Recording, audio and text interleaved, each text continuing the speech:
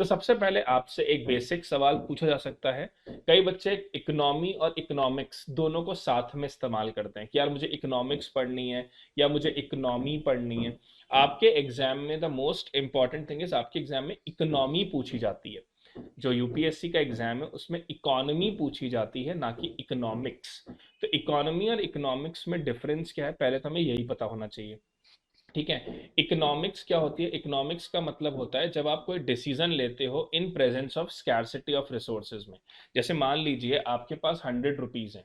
ठीक है, अब आपके पास 100 रुपीज हैं और आप आपको 100 रुपीज आपके पास हैं और 100 रुपीज में आपको कोई डिसीजन लेना है इन कंटेक्स्ट ऑफ कि आपको क्या क्या चीजें खरीदना है। आपको पेन खरीदना है, पेंसिल खरीदनी है, बॉक्स खरीदना है, रजिस्टर खरीदना है। तो उस हिसाब से आप 100 रुपीज में जो डिसीजन लोगे कि मैं इस 100 रुपीज को किस तरह से इन्वेस्ट करूं ताकि मैं मैक्सिमम रिसोर्सेस 100 रुपीज में मैक्सिमम चीजें खरीद पाऊं, दैट इज इकोनॉमिक्स। तो डिसीजन लेना in presence of scarcity of resource is called as economics. वहीं इकोनॉमी क्या होती है? इकोनॉमी होती है कि जैसे दो तरह की एक्टिविटीज होती हैं, एक होती है आपकी इकोनॉमिक एक्टिविटी और एक होती है आपकी non economic activity. Economic activity मतलब which performed in exchange for money, और नॉन इकोनॉमिक एक्टिविटी मतलब जो लव सेटिस्फैक्शन के लिए होता है। मैं आपको इसको थोड़ा सा बाइफरगेट करके समझाऊंगा ताकि आप चले मैं आपको थोड़ा सा इसको बाइफरगेट करके समझाऊंगा कि इकोनॉमिक एक्टिविटी और नॉन इकोनॉमिक एक्टिविटी में अंतर क्या है। तो देखो, ये आपकी इकोनॉमिक एक्टिविटी और ये है आपकी नॉन इकोनॉमिक एक्टिविटी। अब इन दोनों में फर्क क्या है, डिफरेंस क्या होता है इन दोनों में, पहले हमें ये समझना है।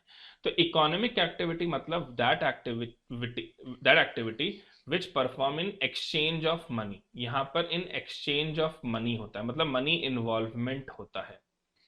ठीक है, पहली बात। दूसरी बात, यहां पर गुड्स एंड सर्विसेज का एक्सचेंज होता है। गुड्स एंड सर्विसेज का एक्सचेंज होता है। तीसरी इंपॉर्टेंट बात, ये जीडीपी में काउंट होता है, जीडीपी में ऐड होता है। जो भारत की जीडीपी है उसमें ऐड होगा। अब जीडीपी क्या होता है इसको हम बाद में देखेंगे। जीडीपी में ऐड होता है।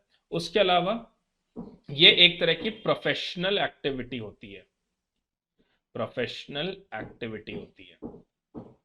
जैसे एक डॉक्टर हॉस्पिटल में काम कर रहा है, doctor working in hospital, doctor working in hospital.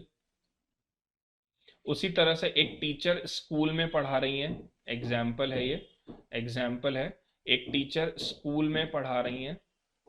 This is all considered as economic activity. इसको हम इकोनॉमिक एक्टिविटी कंसिडर करते हैं। वही नॉन इकोनॉमिक एक्टिविटी क्या होती है? In exchange of love, satisfaction, in exchange of love, satisfaction, care, concern, ये हम परफॉर्म करते हैं। यहां पर कोई गुड्स एंड सर्विसेज का एक्सचेंज नहीं होता, नो गुड्स एंड सर्विसेज का एक्सचेंज नहीं होता। सिंपल सी बात है कि यहां पर आउट ऑफ लव काम किया जाता है। ये जीडीपी में ऐड नहीं होती, not added in GDP, GDP में ऐड नहीं होती। ये एक नॉन प्रोफेशनल एक्टिविटी होती है, ये एक नॉन प्रोफेशनल एक्टिविटी है। अब इसके एग्जाम्पल्स क्या हैं?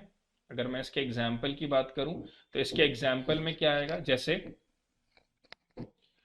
कोई टीचर है, वो अपने ही बच्चे को पढ़ा रही है, अपने ही बच्चे को पढ़ा रही है।